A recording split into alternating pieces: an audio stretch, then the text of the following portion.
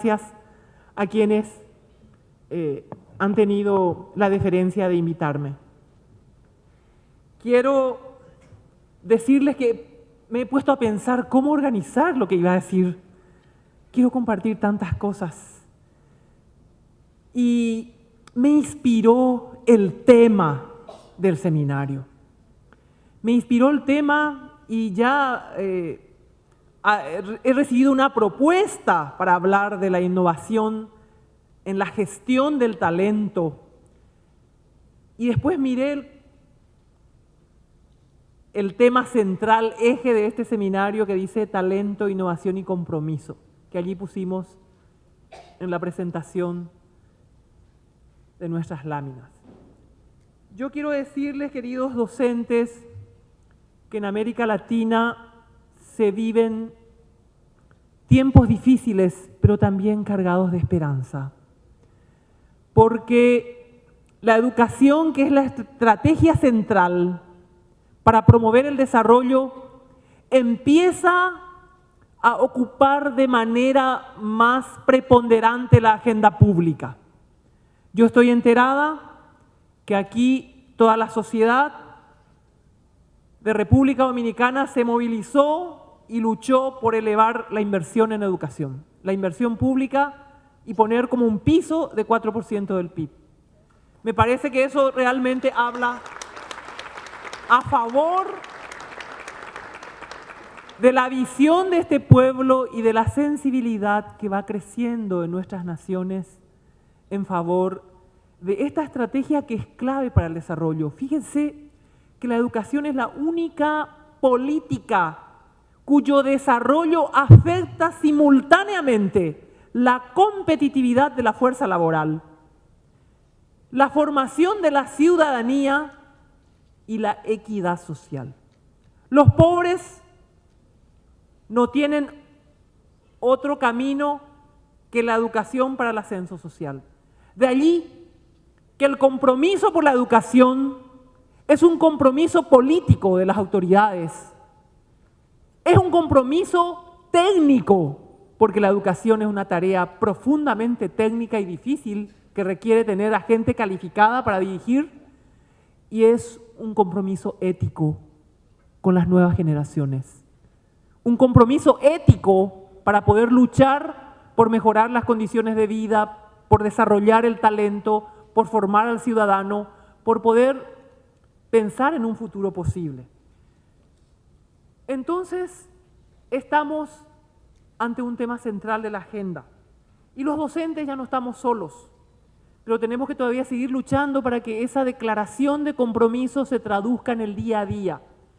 Yo quiero comentarles sobre nuestra reforma a partir de una experiencia, y quiero combinar eso con las reflexiones de las lecciones aprendidas de esta reforma educativa paraguaya, que hemos iniciado justo en coincidencia con el nacimiento en el mundo de ese paradigma de educación para todos que nació en el 90. Ustedes saben que en Yontien se reúnen todos los mandatarios y dicen falta 10 años para terminar el siglo, pero no solamente el siglo, falta 10 años para terminar el milenio. Tenemos que hacer algo por nuestros países.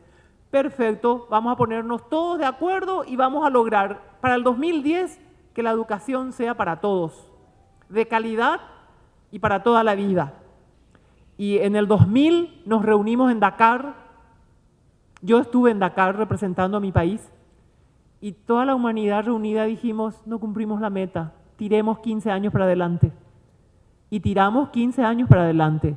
Y el 2015 está a la vuelta de la esquina, donde tenemos que decir educación para todos. Hay unas metas en el milenio donde se pusieron claramente esos objetivos: educación para todos, alfabetización, no discriminación entre mujer y varón para el acceso a la escuela, en fin, alfabetización básica para la población. Es lo mínimo. Y ahí estamos los países luchando por lograr eso. Nuestra reforma empieza en coincidencia con eso, porque justo en ese tiempo cae la dictadura. En febrero del 89 cae la dictadura Y si algo surge con fuerza en la sociedad paraguaya ha sido el clamor por un cambio en la educación. Nada tuvo tanta unanimidad y consenso social como una reforma educativa. Y empezamos a trabajar. Al principio la gente se impacientaba porque se formó un consejo de notables que empezó a reflexionar sobre la filosofía de una educación diferente, que no responda a un régimen autoritario, sino que abra la escuela a un nuevo proceso de formación ciudadana, de consolidación de la democracia. Y empezamos nuestra reforma en el inicio de los 90. Esa primera generación que empezó en los 90 tuvo logros importantes. En primer lugar, se construye una agenda de largo plazo. Hemos logrado la cooperación de la Universidad de Harvard, que con una misión permanente de 1 año instalada en el país, la cooperación duró 3 años, han cooperado con nosotros para que seamos capaces de construir una agenda de largo plazo. Y en el 95 miramos el 2020. Construimos esa agenda con el Plan Paraguay 2020. Pero lo más importante que aprendimos con esa cooperación ha sido la necesidad de incorporar el rigor en el manejo de la realidad para formular las políticas. Las políticas educativas no pueden ser la intencionalidad y el voluntarismo de alguien que quiere algo porque está en un cargo. Las políticas educativas tienen que ser producto de un análisis riguroso de la realidad, con información confiable y con investigación como base para formular esas políticas. Porque yo puedo decir, no quiero que los niños a los 6 años empiecen el primer grado, tienen que empezar a los 7 porque soy la nueva directora o la nueva viceministra. Pero ¿en qué me baso para tomar esa decisión? Los niños de 6, no, los niños de 6 no aprenden, pero yo digo nomás porque se me ocurre, porque creo, porque mis hijos aprendieron. No, la educación requiere incorporar la investigación. La educación requiere ciencia.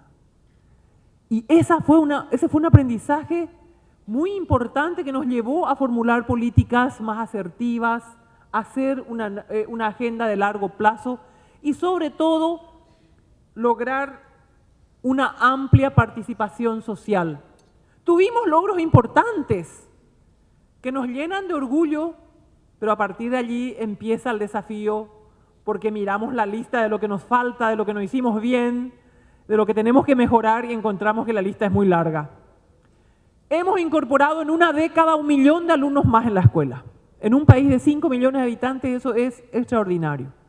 En el preescolar a 5 años teníamos 17% de cobertura en el 94. Para el 2004 llegamos a 80% de cobertura. Hemos expandido las oportunidades, abrimos oportunidades educativas. La secundaria básica teníamos apenas el 37% de cobertura en el inicio de la reforma, llegábamos a más de 80%. La secundaria superior se retrasó un poco más porque no formaba parte de la reforma en el primer momento. Nos hemos abocado a la básica, a la alfabetización, a la educación inicial y a la educación básica. Pero también por efecto de eso fue naturalmente aumentando la cobertura y allí todavía tenemos mucho que hacer. Estamos por una cobertura neta de 60% apenas, es una cobertura baja hoy. Pero la cobertura de la secundaria básica está casi universalizada.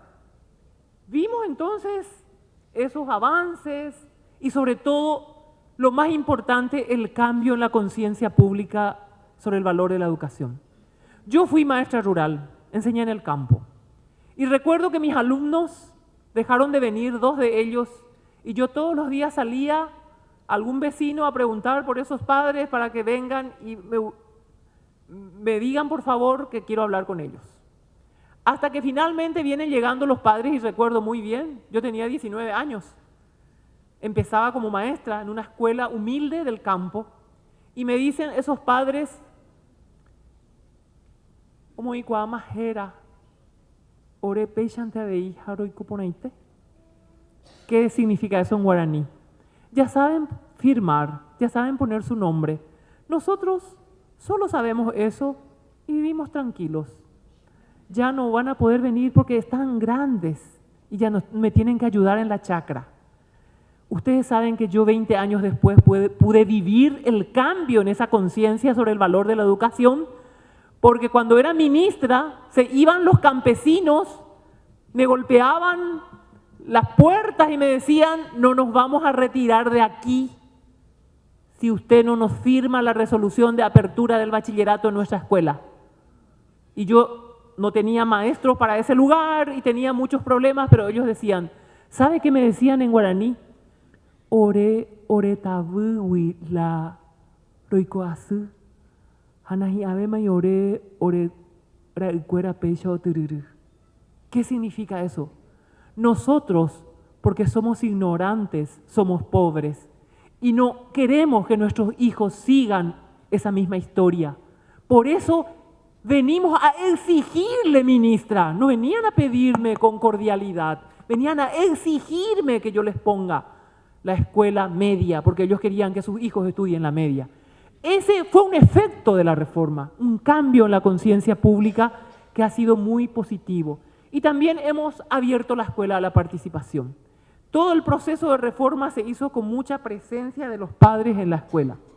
Pero a pesar de estos logros, revisamos a una década de esa reforma, teníamos nuestros sistemas de monitoreo, nuestro sistema de estadísticas continuas, nuestro mapa educativo georreferenciado, nuestros sistemas informatizados para recoger los datos de la escuela, nuestro sistema de evaluación del rendimiento educativo, el SNEPE instalado, y los resultados de lo que aprendían los alumnos dejaba mucho que desear. Y producía un dolor, porque ¿quiénes eran los que aprendían más poco? Los más pobres. ¿Quiénes aprendían más? Los que tienen más recursos. Y recuerdo una investigación de la UNESCO que dice, queridos maestros, que el resultado educativo de un niño en Latinoamérica en un 60% está explicado por su contexto cultural, el contexto social y cultural de sus familias, y en un 40% por el esfuerzo de la escuela. Vaya qué compromiso tiene la escuela con el destino de ese niño, si viene con ese 60% en cero. Y lo que tiene de capital cultural va a ser lo que la escuela le da. ¡Qué desafío! Y revisamos nuestras escuelas y nos damos cuenta que las escuelas que están en las zonas de mayor pobreza son las escuelas más pobres. Pobre educación para pobres. ¡Qué contrasentido! Este mejoramiento sustancial en insumos que tuvimos en la reforma, le dimos libros, bibliotecas, textos gratuitos para todos, no se registraba, no se revelaba en el resultado, sobre todo en las escuelas más pobres. Allí tienen los datos de nuestra cobertura, que pasaron enormemente de una cifra bastante baja, con un millón de alumnos más en una década, una gran expansión de las oportunidades de acceso. Pero aquí hay un tema que yo quiero tocar esta noche, el tema de la equidad educativa y del compromiso del Estado con la educación de los más pobres. Nosotros sabemos, queridos colegas, que la pobreza deteriora las condiciones de educabilidad de los niños. Eso no es ningún... Se trancó, no sé qué. No es ningún descubrimiento. Sabemos. Tenemos la presencia de una médica que nos va a hablar de las neurociencias. Qué salto enorme en la ciencia para conocer lo que pasa con el cerebro de un niño. Ustedes saben lo que es escanear el cerebro de un niño alimentado y de un niño no alimentado que ha tenido carencias ya desde el vientre de la madre, y esa realidad golpea la conciencia de quienes tenemos la responsabilidad de luchar por una educación que construya el destino de nuestra nación. No podemos hablar de calidad educativa sin equidad. Por eso yo quiero asociar este concepto, porque también sabemos, y hace poco leí una investigación de José Joaquín Brumner, chileno, que trabaja el tema del efecto cuna del lenguaje. El efecto cuna del lenguaje, y es aterrador la conclusión, porque dice, es aterradora la conclusión, porque dice que casi es irreversible. Esas limitaciones que vienen en la construcción lingüística, el déficit lingüístico que trae el niño desde la cuna, por un contexto de privado, donde encima de las carencias materiales, de los nutrientes que necesita para desarrollar sus funciones psiconeurológicas básicas, tiene carencias socioemocionales en un contexto donde no hay ternura, donde no hay confianza, y viene con un lenguaje mucho más pobre que el otro que tiene un contexto de alimentación correcta, ternura, confianza, juegos, el amor de papá y mamá. Y esa diferencia de capital que traen plantea una distancia que por más esfuerzo que haga la escuela con políticas compensatorias, casi no puede lograr revertir. Hay una esperanza. Al terminar de leer la investigación, se revela que hay una esperanza, pero que es tan fuerte esa carencia que realmente entramos perdiendo con esos niños. ¡Qué gran desafío tiene el Estado! ¡Qué gran desafío tiene el Estado! ¡Qué gran desafío tiene el maestro! Pero qué responsabilidad tiene el Estado de dejar solo al maestro en soledad a lidiar con esa realidad, cuando esa realidad es la realidad de los pueblos latinoamericanos. Nuestros indicadores educativos son similares en muchos aspectos. Los indicadores en relación a ciertos avances en educación en la región. Por eso urge repensar la escuela. Tenemos que repensarla. La escuela tenemos que repensarla, queridos docentes. No nos enseñaron todavía cómo. Probablemente vamos a seguir pensando el cómo, pero urge repensarla. Yo quiero compartir con ustedes un programa que nos ha dado enormes satisfacciones, que se llama Escuela Viva Jecocatuba. Jecocatuba es una voz en guaraní, una palabra compuesta que significa que tiene capacidad y autonomía. Jeco es el ser y Catuba es el Catupurú, viene del saber, del poder de hacer. Jecocatuba es una escuela con autonomía, capaz de pensarse a sí misma y de decidir su destino como institución educativa. Y hemos planteado como una alternativa frente a la inequidad, porque los resultados que tuvimos a los 10 años de la reforma nos han golpeado mucho, porque vimos que los que no aprenden, o para quienes no llegó la reforma, son justamente aquellos que más necesitan. Aquellos que tienen todo el peso de su destino en ese 40% que la escuela le puede poner, porque el otro 60% que le pone en su contexto cultural y familiar está casi vacío. Entonces, allí surgió, y nos hemos preguntado,